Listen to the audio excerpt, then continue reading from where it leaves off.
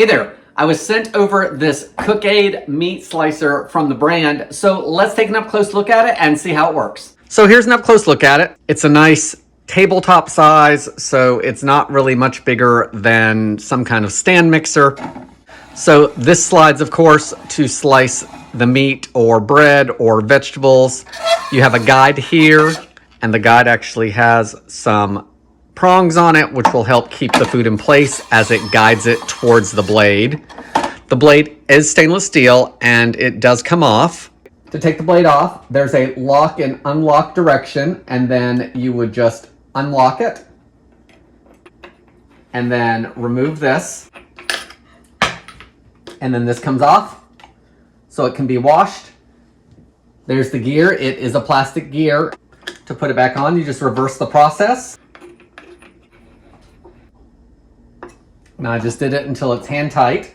Here's a look at the back side. We have your power button here with 2 speeds, and then it is a dial back here to adjust the thickness of whatever you're cutting. The feet have suction cups on them, so it's going to help keep everything from sliding when in use. Let's try it out.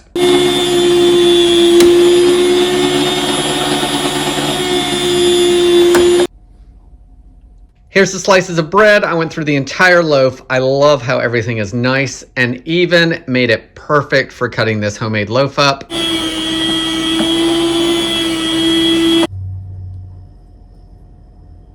So here are the potatoes that I just sliced. Nice, even slices. I really like that. All right, so this is covered in starch from those potatoes, but the nice thing about it is it's gonna be super easy to clean because I can pull this down. All of this can be wiped down easily. The blade, of course, comes off, so we can clean behind the blade with anything, wipe everything out. So I've sliced up some bread. I've sliced some potatoes even thinner than the bread.